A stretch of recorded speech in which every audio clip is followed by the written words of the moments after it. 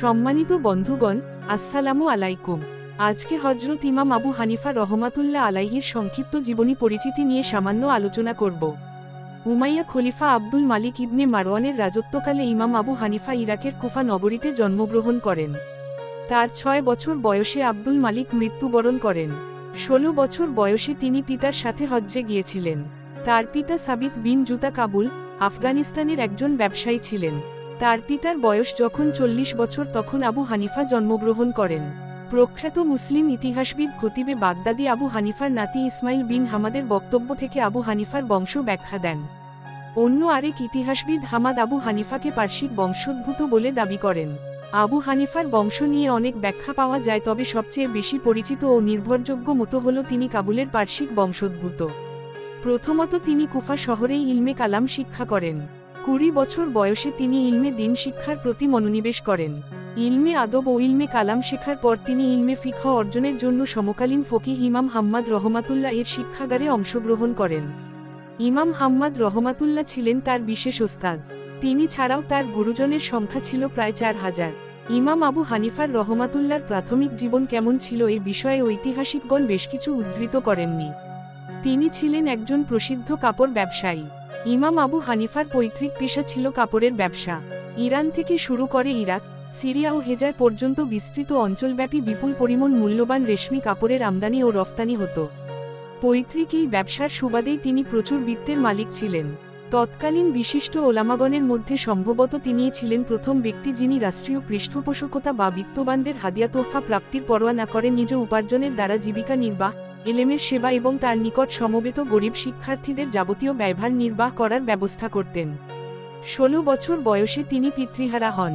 পিতা ছিলেন একজন প্রতিষ্ঠিত ব্যবসায়ী। তার মৃত্যুর পর এই ব্যবসার দায়িত্ব নিতে হয় যুবক ইমাম আবু হানিফাকে। তার অসামান্য দক্ষতা ও নিষ্ঠায় ব্যবসা প্রসারিত করার পাশাপাশি কাপড় তৈরির এক কারখানা স্থাপন করেন, যা কিছু দিনের মধ্যেই অনন্য হয়ে ওঠে। ব্যবসায় তার সততার পরিচয় পেয়ে চারিদিক থেকে লোকেরা তার দোকানে ভিড় জমাতেন। এভাবে তিনি মানুষের কাছে ব্যাপকভাবে পরিচিত লাভ করলেন। ইমাম শাবি রহমাতুল্লাহ তাকে ইলমের ব্যাপারে উৎসাহিত করার আগ পর্যন্ত তিনি এই ব্যবসাকেই নিজের ক্যারিয়ার হিসেবে নিয়েছিলেন। রেফারেন্স: উসুলুদ্দিন ইনদা আবি হানিফা, পৃষ্ঠা 66। কিশোর বয়স থেকেই তিনি পিতার ব্যবসার কাজে যোগ দিয়েছিলেন। ব্যবসায়িক কাজে তাকে বিভিন্ন বাজার ও বাণিজ্য কেন্দ্রে যাতায়াত করতে হতো। ঘটনাচক্রে একদিন ইমাম শাবি রহমাতুল্লাহর সাথে তার সাক্ষাৎ হয়ে যায়। প্রথম দর্শনে ইমাম শাবি আবু হানিফার নিষ্পাপ চেহারার মধ্যে প্রতিভার স্ফুরণ লক্ষ্য করেছিলেন। তিনি জিজ্ঞেস করলেন, হে বৎস, তুমি কি করো? এ পথে তোমাকে সবসময় যাতায়াত করতে দেখি। ইমাম সাহেব জবাব দিলেন, আমি ব্যবসা করি। ব্যবসার দায়িত্ব পালনার্থে এই ব্যবসায়ীদের দোকানে দোকানে আমাকে যাওয়া আসা করতে হয়। ইমাম শাবি রহমাতুল্লাহ পুনরায় জিজ্ঞেস করলেন, এটা তো তোমার লেখাপড়ার বয়স, কোন আলেমের শিক্ষায়তনেও কি তোমার যাতায়াত আছে?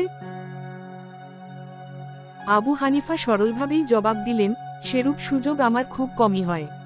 কিছুক্ষণ আলাপ আলোচনার মাধ্যমে ইমাম শাবি আবু হানিফাকে জ্ঞানার্জনে মনোযোগী হওয়ার প্রতি আগ্রহী করে তুললেন। ইমাম আবু হানিফা বলেন, ইমাম শাবি রহমাতুল্লাহর সেই আন্তরিকতাপূর্ণ উপদেশবাণীগুলো আমার অন্তরে গভীরভাবে রেখাপাত করল এবং এরপর থেকেই আমি বিপণী কেন্দ্রগুলোতে আসা যাওয়ার পাশাপাশি বিভিন্ন শিক্ষা কেন্দ্রেও যাতায়াত শুরু করলাম। এই সময় আবু হানিফার রহমাতুল্লাহর বয়স ছিল 19 বা 20 বছর। ফিকা অধ্যয়নের পর তিনি হাদিস শিক্ষার জন্য তদানীন্তন হাদিস বেত্তাদের খিদমতে হাজির হন এবং শিক্ষা লাভ করেন। তখনও কোন প্রণিধানযোগ্য হাদিস গ্রন্থ সংকলিত হয়নি। কোন একজন মুহাদ্দিস সকল হাদিসের হাফিজ ছিলেন না। প্রথমে তিনি কুফায় অবস্থানরত মুহাদ্দিসদের থেকে হাদিস শেখেন। এরপর 3 বসরা যান। সেখানে হযরত কাতাদা রহমাতুল্লাহ এর খিদমতে হাজির হন এবং হাদিসের দর্স হাসিল করেন।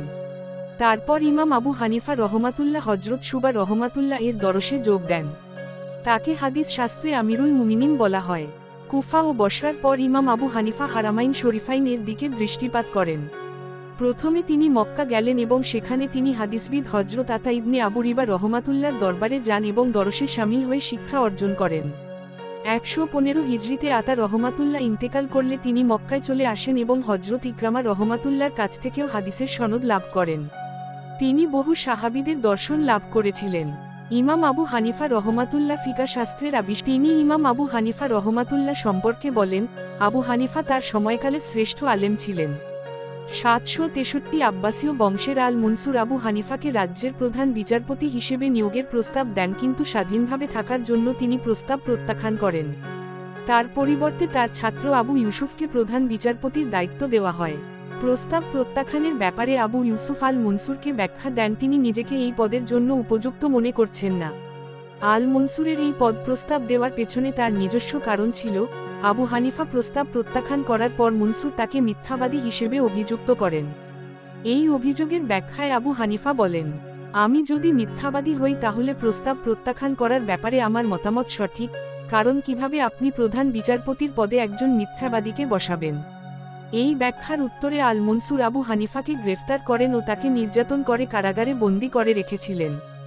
এমনকি বিচারকরা সিদ্ধান্ত নিতেন কে তার সাথে দেখা করতে পারবেন। 767 সালে আবু হানিফা কারাগারে মৃত্যুবরণ করেন। তার মৃত্যুর কারণ পরিষ্কার নয়। কেউ কেউ বলেন আবু হানিফা আল মনসুরের বিরুদ্ধে সশস্ত্র বিদ্রোহের চেষ্টা করেন, এজন্য তাকে জেলখানার ভেতর মৃত্যুদণ্ড দেওয়া হয়। এটা বলা হয়ে থাকে যে আবু হানিফার জানাজায় অনেক লোক সমাগম হয়েছিল। 1508 সালে সাফাভি সাম্রাজ্যের শাহ ইসমাইল আবু হানিফা ও আব্দুল কাদের জিলানির মাজার এবং অন্যান্য সুন্নি নিদর্শন ধ্বংস করে দেন। 1533 সালে উসমানীয়রা পুনরায় ইরাক দখল করেন ও মাজারসহ অন্যান্য সুন্নি নিদর্শন পুনর্নির্মাণ করেন।